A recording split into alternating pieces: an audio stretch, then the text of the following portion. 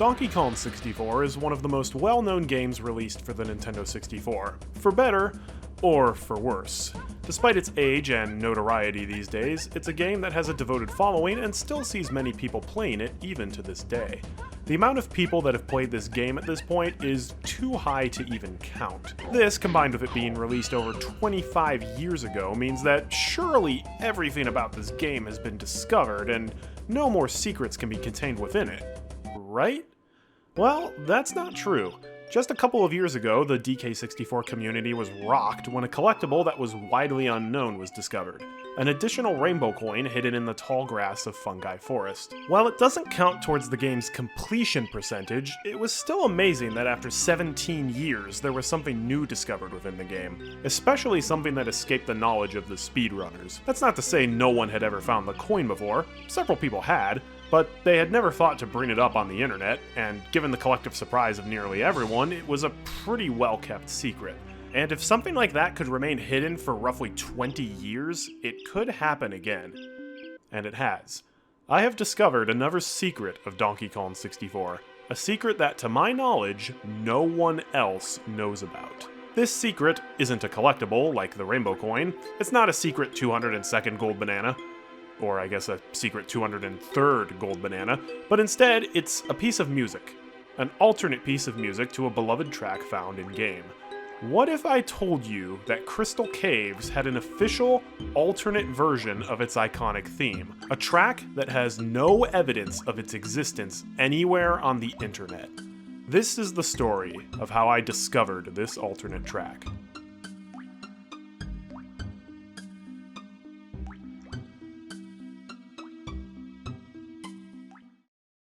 Crystal Caves is the sixth world in Donkey Kong 64. While it's definitely not the most beloved world in the game, one thing people do remember fondly about it is its music. It's a truly beautiful and chill melody that perfectly captures the feeling of being inside of a cold cave filled with ice, igloos, and cabins. I bet most of you who clicked on this video know the song. If you're like me, you can even perfectly remember how it sounds in your head and hum the entire song from memory. And this is actually how my journey to find the track started. You see, even as an adult, I still come back and play this game from time to time, especially with the release of the DK64 randomizer. Whenever I play this game and listen to the Crystal Caves theme, I feel that sense of peace that it evokes. But when it approaches the end of the song loop, I always got the feeling that something was missing. Specifically, I got the feeling that there was another version of the song I had heard before, but with a different sounding ending. I remember the end of the song having the same tune, but with different instrumentation, and I could even perfectly remember how it should sound in my head. This is something that would always bother me a little, but not enough to look into it. But because I could remember exactly how it was supposed to sound, I always assumed that there was a different version of the song out there somewhere. One day, on a whim, I decided to try and find that version of the song. I looked up DK64 Crystal Caves alternate music in YouTube, but the only results were for the original song, nothing with regards to the alternate music. I looked for it on Google and got 0 results. Well, that's not good. I scoured the internet to try and find something, anything, but there was no evidence at all that such a thing ever existed. At this point, I'm starting to wonder if I'm crazy and just massively misremembering things. Could this be something similar to the Mandela effect? For those who don't know what that is, the Mandela effect is the phenomenon where a large amount of people collectively misremember something being one way when it isn't. One of the most famous examples of the Mandela effect is the Berenstain Bears, specifically the spelling of the word Berenstain. It's spelled B-E-R-E-N-S-T-A-I-N, but a large number of people swear that it was spelled B-E-R-E-N-S-T-E-I-N instead. I am no stranger to the Mandela effect. I was definitely one of those people who remember it being Berenstain Bears with an E, so it could be another case similar to that. But the difference here is that every example I know of the Mandela effect involves an image or a video being different from how people remember, and these examples always involved a lot of people doing the misremembering. Here, it's just me, and I'm misremembering a song, not a picture. Maybe I just have false memories? But it can't be! I literally remember the alternate part of the song. I remember the sound of the instrument used perfectly. I don't know the name of the instrument used because I'm no music expert and because of the N64 compression that makes it sound lower quality than it would in real life, but I do know that you hear the exact same instrument that was used in other music that the composer Grant Kirkhope has made, like at this part of the DK64 multiplayer music.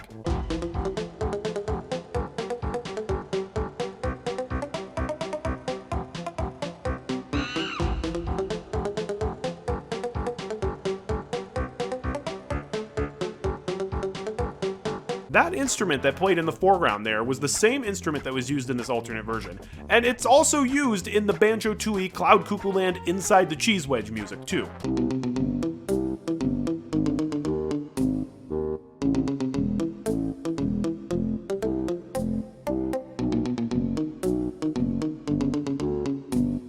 Not only that, but there have been multiple other experiences I've had where I vividly remember something existing that the internet had absolutely no evidence of, and I was proven right every single time. So I am not giving up. I believe I am correct, and I will find the truth.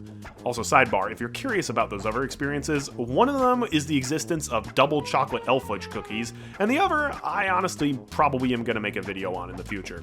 Stay tuned for that one. Anyways, I was absolutely convinced I was right about the existence of this alternate psalm, but instead of trying to find the psalm in vain, I instead approached it a different way. I asked this question: why did this alternate theme get created in the first place? My first thought was, maybe this was a case where the psalm that you hear in-game is different from the psalm that you hear in the soundtrack.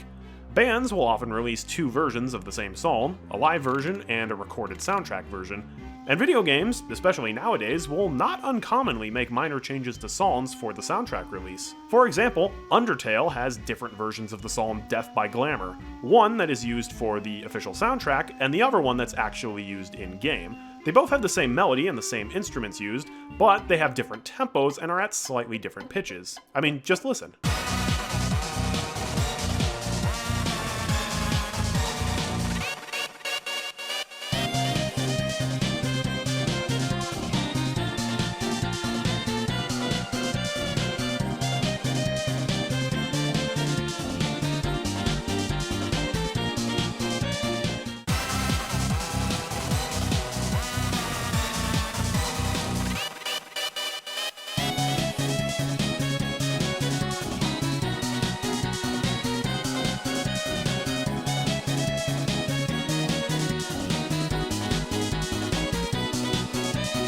By the way, the in-game version is vastly superior to the soundtrack version. I don't care what anyone says. Not only that, but Cuphead, another one of my favorite modern games, has several tracks that had small changes between the in-game and soundtrack versions too.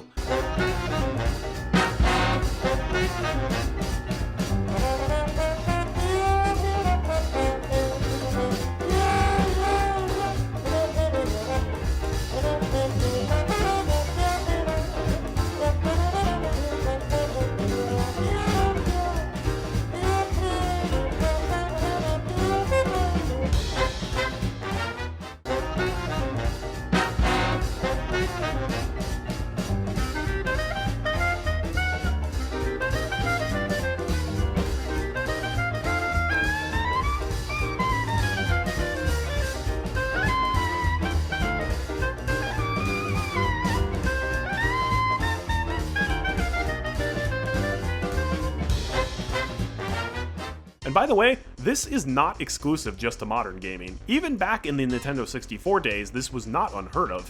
A little-known game called Super Mario 64 has very slightly different versions for the final Bowser theme. Listen closely and pay extreme attention to the tempo of the notes used in the two different versions of this song.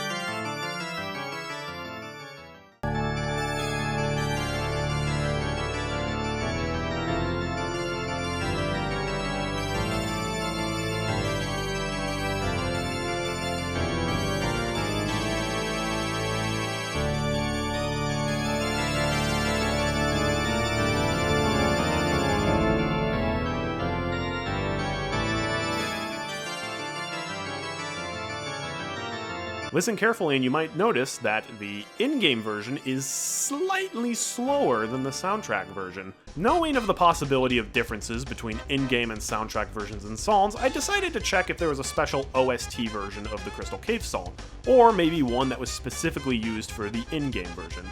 Once again, absolutely no results. If this was a genuine OST difference, I was confident it would have been on YouTube, so I guess I had to go back to the drawing board.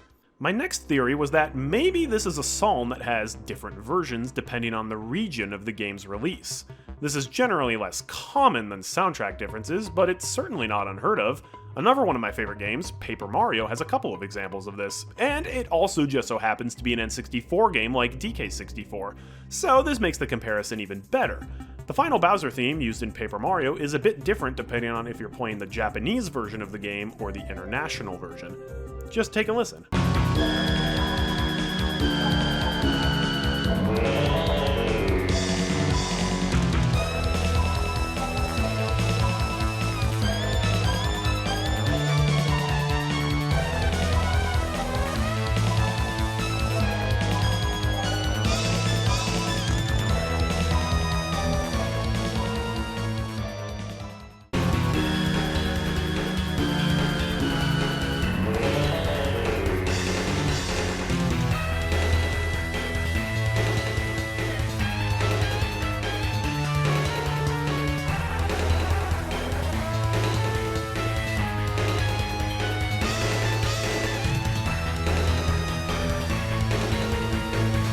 Even more drastic of a difference is the music that plays whenever you get a new party member in the game, which is not just a little bit different, but it's a flat-out completely different song between the two versions. Here's the Japanese version.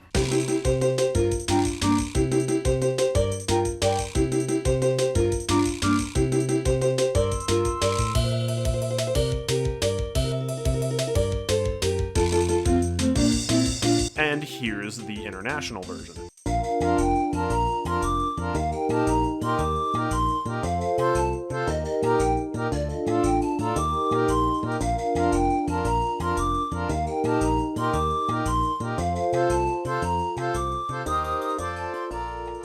So I decided to check if there was a Japanese, US, or PAL exclusive version of the Crystal Cave song, and I was met again with disappointment. No regional differences exist between any of the DK64 songs. Finally, I started wondering if the alternate song played on a specific version of the game before it got replaced with the version everyone knows.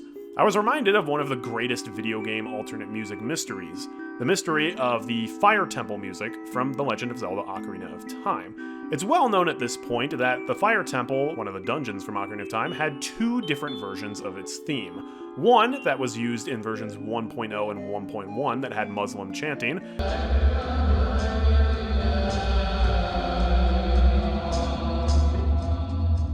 and a redone theme for version 1.2 and any future releases or re-releases of the game, which replaced the Muslim chanting with a more generic droning chanting.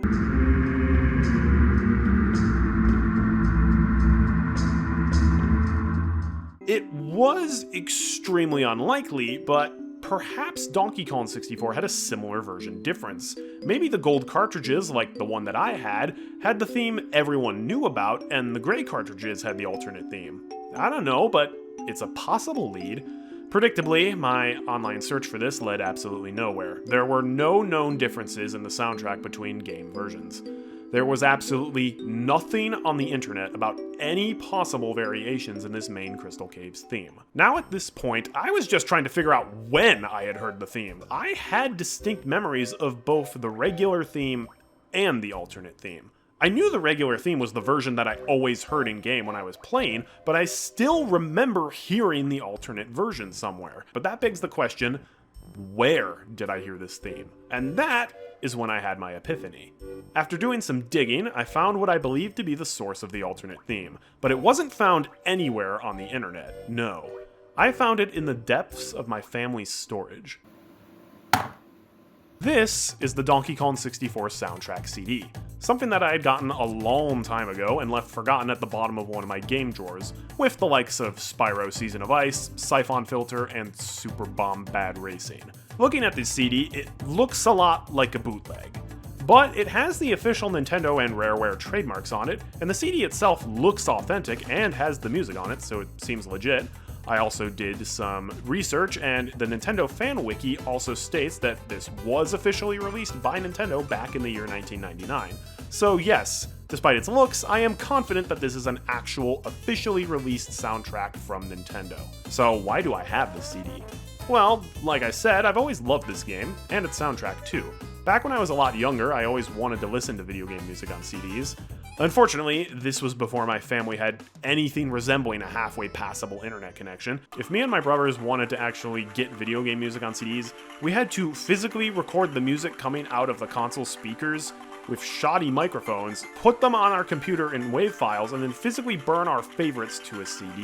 One day, when we actually could use the internet at our house, I knew about sites like Amazon and eBay, and I decided on a whim to see if there was a DK64 soundtrack for sale. You know, just to check. Surely not. Nope, to my delight, there it was. There indeed was an official Donkey Kong 64 soundtrack, a physical CD that you could put into a disc drive and listen to the music right from the disc. This absolutely blew my mind as a child that such a thing existed. While nowadays it looks like this soundtrack is gonna run you in the triple digits for dollars in terms of its cost, back then it was much cheaper. And I bought a copy right away with my own money, along with a Wind Waker soundtrack too, although that one's a lot less interesting than this one. Imagine my delight knowing that CD containing the Donkey Kong 64 music was now in my hands. And imagine my disappointment when I learned that despite the game having well over 100 songs, this CD only had like 18 of them, due to size restrictions. Still, it did contain the important themes, some of the best ones in fact, like Aztec, Clanky's Tune, Toy Factroy, and my personal favorite, Spooky. Yeah, clearly Nintendo of America didn't put their all into translating these track names. Nevertheless, I imported them to my iTunes library, and I would listen to them all the time on my old iPod Video. Does anybody remember the old iPod Video? Man, I'm old. Eventually I discovered, other ways to get video game music in my iTunes library, so the soundtrack CDs I bought in the past were stuffed into a drawer and forgotten about. Until today. Remembering all of this as I held the CD in my hands now, I was convinced that this surely was where the accursed alternate Crystal Cave song was. So I inserted it into my PC's external disk drive, booted up iTunes, held my breath, and played the track. Ladies and gentlemen, I had found it. After all of this time, I had finally found that song that no one else on the internet even knew existed. I had the proof in my hands. I wasn't misremembering anything. I knew I was right once again. And now, the time has come for me to share this alternate theme with all of you. About 90 to 95% of this song is identical to the main version, so I'll just play the last part, which is the only part that's actually different. First, just for comparison's sake, here is the main version of the song that you all know.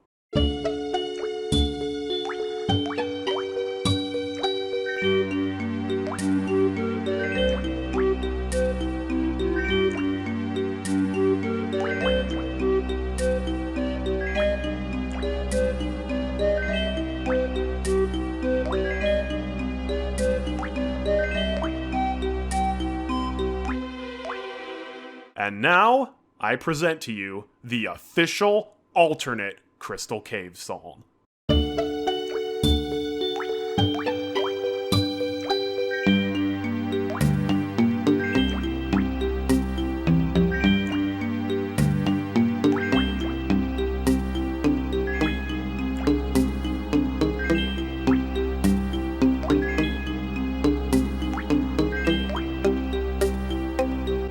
Pretty interesting, huh? Man, it is crazy that after 25 years, we can still uncover new secrets in classic beloved video games, like Donkey Kong 64. Yeah, I think the original version is a lot better. This alternate version just does not fit the icy theme of the level nearly as well, so I'm actually glad we got the original one and that this one was discarded. But there are still quite a few unanswered questions here. Why was I the only person who knew about this secret? Why did it take 25 years for this alternate track to come to light? What is the origin of this alternate song? Why was it made in the first place? Why was a different version put in the game? And why did this alternate version get included on the soundtrack CD instead of the one actually used in game? These are questions that I cannot answer definitively. I doubt we'll ever learn the full truth of this alternate track unless Grant Kirkhope himself happens to see this video and leave a comment telling us. Assuming that he even remembers this alternate version. It was 25 years ago. If you are watching, Grant, please enlighten us if you know or remember. I will definitely pin that comment. Since we don't and likely won't know for sure, all we can really do is make some educated guesses. And I have some ideas. First of all, why did this secret go unfound for 25 years when it was presumably part of a widely released official soundtrack CD? I mean, it's not like I was in possession of the sole copy of the soundtrack. It was commercially available. You can still purchase the CD on Amazon and eBay secondhand, indicating that there were several people who were in possession of copies. So why did no one ever bring up this alternate track until now? Well, while I don't have access to the Donkey Kong 64 soundtrack CD sales numbers, given what the CD is, I think it's safe to assume it wasn't exactly a bestseller. It's not like it's going to be one of those CDs like Journey or The Beatles that you could find in most people's cars. It is a CD for a very niche target audience. I can't imagine a whole lot of people bought this CD. But even among those who did, how likely is it that they would notice a small difference in one of the songs? Many people probably just never noticed anything odd. Having said that, it is likely that most, or at least a large plurality of people who bought this CD were big fans of Donkey Kong 64, and they probably did know the music pretty well. So surely at least some of them would have realized it was an alternate version, right? This is probably similar to the Rainbow Coin mystery. The Rainbow Coin was widely unknown by the community as a whole, but there were still a couple of people who had found it as kids, but they just never bothered discussing it with others. I have to imagine that, again, there were people who knew about this alternate track, but again, they just didn't think it was that important. No one made a video about it because they ultimately probably thought it just wasn't that big of a deal. Or they assumed that people just already knew about it. Keep in mind, the soundtrack CD was released long before YouTube, and the internet itself was still in its early stages in 1999. And back then, it was not widely used for personal hobbies like gaming. By the time enough time had passed that people would be interested in such a thing like this, it's likely everyone who did know about this track either completely forgot about it, or again, just weren't obsessed enough to make a video trying to get people excited about it. As a result, it does make sense that this secret would be uncovered by someone like me, a hardcore fan of the game who ended up buying the CD years after its initial release. It really was the perfect time to get the CD for this secret to be uncovered. If I'd gotten the CD any earlier, I probably either never would have even noticed that there was a difference in the song, or I would have just forgotten about it entirely as the years went on. If I had waited any later, I wouldn't have gotten the CD at all, because I knew you could just listen to the music on YouTube, amongst other things. When you think about it, it actually does add up that this secret is only getting uncovered now by an individual with a very specific history with this CD. I don't imagine many people buy this CD secondhand anymore outside of collectors, and the collectors likely wouldn't listen to it anyways. They would just keep it just to have it. Okay, but why was this alternate version created in the first place? I think this alternate version was the version Grant created first. It was intended to be the official Crystal Caves theme. However, perhaps he or one of the higher-ups wasn't satisfied with the ending part, and he went back to rework it later and saved the newer version as a separate file. That way, in case the dev team didn't like the new version, he still had the old one to use instead. Evidently, the version that we got that was revised was much better and fit the feel of the level a lot more, so this was the version that made it into the game, with the old version just being forgotten, but still existing in file format. I know that Grant has said that he usually avoids spending too much time reworking a psalm and generally goes with his initial draft, as he tends to second guess himself and end up making things worse in the revision stage. Having said that, he has also stated that some songs he made were reworked entirely after the initial draft, like Mumbo's Mountain and Treasure Trove Cove from Banjo-Kazooie. So it's still entirely within the realm of possibility, and this is what I think is the most likely explanation as to why the two different versions were created. This still doesn't answer why the original version was put onto the soundtrack CD instead of the completed version, though. Here is my theory as to why that happened. It's pretty clear that this soundtrack was kind of rushed and that there wasn't a lot of time put into it, given the roughshod cover and the, questionable translation. They likely were trying to make a very quick holiday deadline and were trying to get this soundtrack out the door as quick as possible just to release it around the same time as the game. I think that someone was given the music files from Grant and was told to quickly get the most important songs that they could fit onto a CD into a directory so that way they can make the soundtrack discs. I imagine that Kevin the intern was in a hurry to meet the deadline and reasonably wasn't getting paid enough for this, so he didn't listen to each song through completely, although he was familiar enough with how the main track sounded that he was able to pick out what the key tracks were. So when he got to the Crystal Cave song, he found the beta version that wasn't used in game, listened to the first part of it, concluded, yeah, this is the Crystal Cave song, and added it to the soundtrack. If Crystal Caves was the only song that had a beta version that sounded similar to the original and only differed at the end, it would be very easy for someone to mistake it for the original and use that instead. But, I mean, that is just a theory. Again! And for those who are wondering, I did listen to every single song on the soundtrack, wondering if any of the others differed, and they did not. Only Crystal Caves was different from its in-game counterpart. Thanks for watching. I hope you enjoyed this little history on a ridiculously obscure minor secret in a 25-year-old video game. And if you like this video, stay tuned. I'll be making another Donkey Kong 64 video in the near future, but covering a very different topic. It should be pretty fun and interesting though. Please leave a like if you enjoyed watching this, and subscribe to see future content. God bless everyone.